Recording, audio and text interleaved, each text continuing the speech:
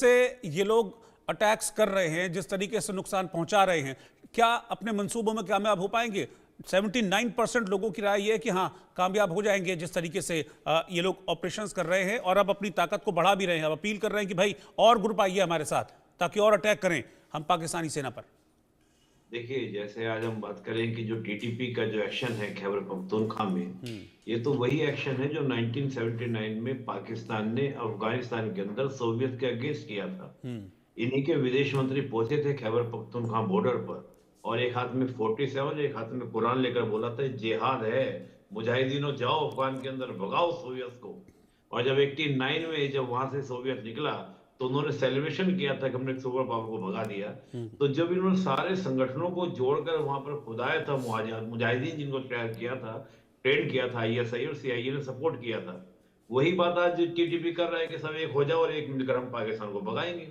और ये बिल्कुल सही बात है कि खैबर पख्तूनख्वा की हम बात करें, बलूचिस्तान की बात करें, तो बलूचिस्तान की आग अब से थोड़ी लगी हुई है, ये तो आपका 1947 से ही लगी हुई है। 11 अगस्त को घोषणा कर दी गई थी, हम्म। जो कलात के खान थे कि हम आजाद रहेंगे, स्वतंत्र रहेंगे। उसके बाद कई बार वहां पर क्या हुआ है कि आजादी के लिए आवाज उठाई गई है। और आज इस प्रकार के हालात, अमेरिका हो या चीन हो, चीन कह रहा है कि हम सी पैक में इन्वेस्टमेंट नहीं करेंगे, आगे हम बढ़ाएंगे नहीं, करप्शन बहुत है, हमारे लोगों की तुम रक्षा नहीं कर पा रहे हो, डिफेंस से बचा पा रहे हो। चीन अपनी टुकड़ी तैनात करने की बात कर रहा है। उधर अमेरिका की बात, अमेरिका अपने लगा है कि आपका सी पैक तैयार नहीं होना चाहिए, उधर से वो बलूचिस्तान को सपोर्ट कर रहा है। तो लगातार हम देखें कि जिस प्रकार का चहुमुखा जो दबाव है, जो इस समय पाकिस्तान के ऊपर है, चाहे वो टीटीपी की ओर से हो, बीएलए की ओर से हो, और आप देखिए कि जो सिंध है, जो आज हमको लग रहा है बड़ा शांत सा दिखता है, वो भी बहुत अंदर खाने, वहां भी बहुत कुछ ऐसी चीजें हैं जो भविष्य में दिखाई देगी। जो सब पहले भी वहां पर सिंध में बहुत कुछ हुआ, सिंध में ठीक है वो आज शांत है, लेकिन स्थिति वैसी है जैसे आपके 1971 से पहले बांग्लादेश की थी। तो खैबर पख्तूनख्वा हो या आपका बलूचिस्तान, संभालना मुश्किल है। अगर, और देखिए सिंपल सी बात है, आप खुद देखिए कि आर्मी के जो वहां पर सोल्जर्स इनके हैं, वो छोड़ छोड़ के जाने की बात कर रहे हैं कि हम नहीं कर पाएंगे सर्विस, हम ऐसे सेवा नहीं कर पाएंगे। स्थिति कितनी डावाडोल है। 20 मिलियन, अभी जो 20 बिलियन वर्ल्ड बैंक की ओर से मिलने की बात है, उसको लेकर। और भी आप देखिए, खुद आपका जो अफगानिस्तान के जो फॉरेन सेक्रेटरी हैं, वो सब बातें आगे, डिप्टी जो मिनिस्टर हैं, वो आके सब बातें बता रहे हैं कि किस प्रकार से इन्होंने हमारे यहाँ पर आईएसआईएस को सपोर्ट कर रहे हैं, तमाम तरह की चीजों को कर रहे हैं। और बहुत सारे ग्रुप है वहां पर, आप देखिए कि चाहे बलूचिस्तान की बात करें, चाहे खैबर पख्तूनख्वा की बात करें, पूरी एक लिस्ट है जो पाकिस्तान निकाल के बैठा हुआ है। और ये सब वही है जो पाकिस्तान, देखिए हुआ क्या था कि जब अफगानिस्तान के अंदर सोवियत पहुंचा, तो अफगानिस्तान के बहुत से लोग भाग भाग कर खैबर पख्तूनख्वा के बॉर्डर में आए थे, और वहां जो मदरसे थे उन्होंने ट्रेनिंग ली थी, उन्हीं ट्रेनिंग से तो तालिबान बना है। तो वो जो ट्रेनिंग है वो आज इन्हीं के काम आ रही है पाकिस्तान के। तो पाकिस्तान तो अपनी करनी को भुगत रहा है। आप कुछ भी कहते रहे, कैसे भी कहते रहे कि हम माशाल्लाह इंशाल्लाह हम कंट्रोल कर लेंगे, वही तो लड़ा कंट्रोल कर लेंगे, अब तक तो कर नहीं पाए। और जितनी शहादतें हो रही है वहां पर पाकिस्तान की आर्मी की, वो तो खुद देखना चाहिए कि चीन तुमको क्यों धमका रहा है, अमेरिका तुमको क्यों कह रहा है। तो आप सोचिए कि आपका ओसामा बिन लादेन, जिसको लेकर अमेरिका 2001 से पीछे पड़ा था, वो इनके यहाँ पर पाया जाता है। तो अमेरिका इस बात को बर्दाश्त करेगा? नहीं करेगा, कदाचित भी नहीं करेगा। अब देखिए, करने की बात, कहने की बात बहुत कुछ है हर तरह के मोर्चे पर, लेकिन पाकिस्तान की विडंबना क्या रही है कि ये कभी भी अपनी गलती मानने को तैयार नहीं है। बस वही एक एक पूरा रिदम, पूरा वो एटीट्यूड वो बनाए रखे जाना चाहते हैं। पॉलिटिकल अनस्टेबिलिटी इतनी है कि जो इमरान खान है, वो जेल में रहते रहते तमाम तरह के जलसों की बात करते हैं। तो आप देखिए, पूरा इस प्रकार के घटनाक्रम है जिसको हम लोग फेल्ड स्टेट, बल्कि मैं तो कहता हूँ हमेशा पाकिस्तान को एक बनाना रिपब्लिक बन चुका है, जो ठीक। खुद को संभाल नहीं पा रहा। वो बात कर रहा है कि हम कुछ बहुत कुछ बड़ा करेंगे। ठीक है, मैं आगे हुसैन जावेद साहब से भी इस पर रिएक्शन लूंगा। सर्वे के अगले 2 सवाल बताता हूं, फिर मैं हुसैन साहब आपके पास आ रहा हूं। मेरा सर्वे का अगला सवाल था कि पाकिस्तान की नाक में दम करने वाला जो टीटीपी है, दरअसल वो चाहता क्या है। 24% लोगों ने कहा कि टीटीपी खैबर पख्तूनख्वा पर कब्जा चाहता है। 26% लोगों ने कहा कि वो साथ ही साथ पाकिस्तान की सेना को नेस्तनाबूद भी करना चाहता है। 40% लोगों ने कहा कि शहबाज सरकार निशाने पर है, उसको उखाड़ फेंकना चाहता है टीटीपी। 10% लोगों ने इस पर कोई भी जवाब नहीं दिया। आखिरी सवाल था कि आप टीटीपी को क्या मानते हैं। 51% लोगों ने कहा है कि हाँ, टीटीपी एक खूंखार आतंकी संगठन है। 20% लोगों ने कहा ये हक मांग रहे लड़ाके हैं। 18% लोगों ने कहा कि बदला ले रहे लड़ाके हैं, और 11% लोगों ने इस पर कोई भी जवाब नहीं दिया। मैं हुसैन जावेद साहब आप ही के पास एक बार फिर से वापस आ रहा हूँ। आप कह रहे हैं कि सक्षम है, सारी चीज़ें हैं, लेकिन अगर ज्यादा वेट करेंगे एक्शन लेने में तो फिर मुसीबत तो आएगी पाकिस्तानी सेना के लिए। सरकार कुछ सोच रही है, कुछ एक्शन है, कुछ चर्चा है सरकारी गलियारों में कि भाई हमको ये करना है, ये लोग रोज अपनी ताकत बढ़ा रहे हैं, ऐसे वेट एंड वॉच तो नहीं कर सकते।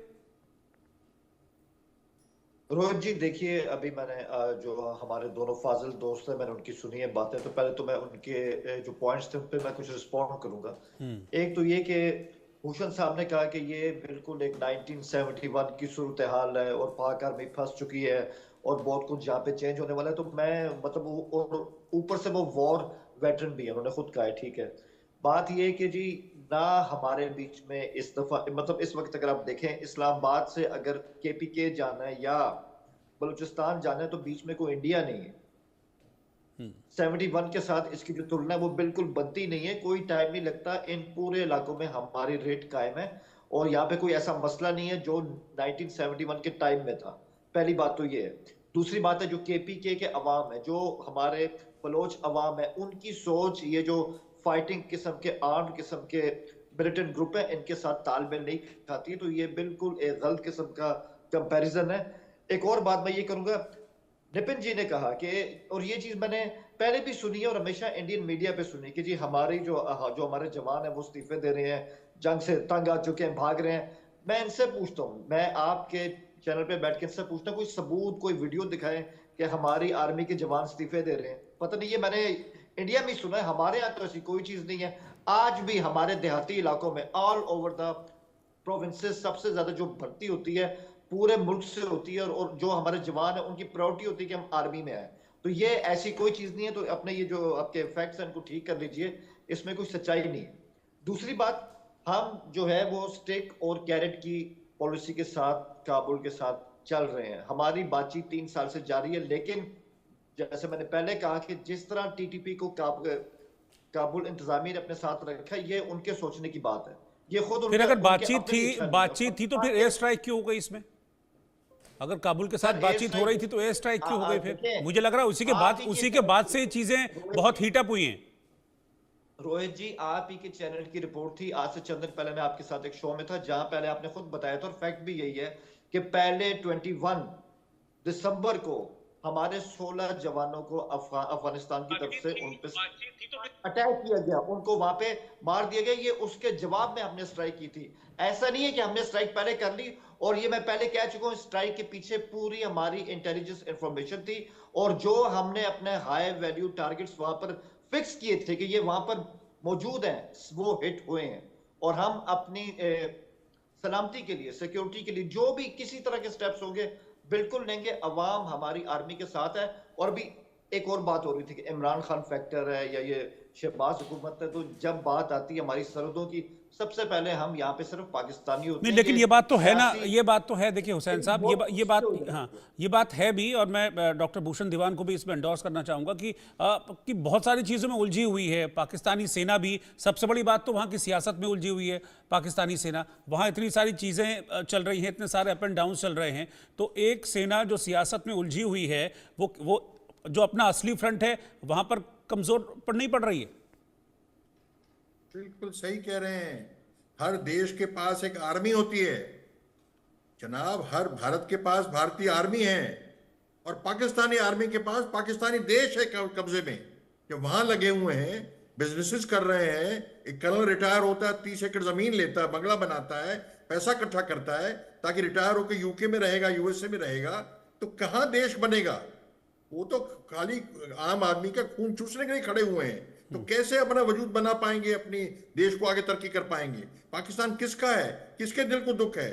ठीक है, भर्ती होने के लिए तो सामने लोग आएंगे। क्यों आएंगे? पाकिस्तानी आएंगे तो नौकरियां नहीं है, काम नहीं है, जो दुनिया भर के मसले हैं उसमें फंसी हुई है पाकिस्तानी सेना, उनसे निकलना होगा और तब जाकर ये टीटीपी और जो बीएलए है उनसे मुकाबला करने की सिचुएशन में आ पाएगी पाकिस्तानी सेना। आप सभी का शुक्रिया साथ में जुड़ने के लिए।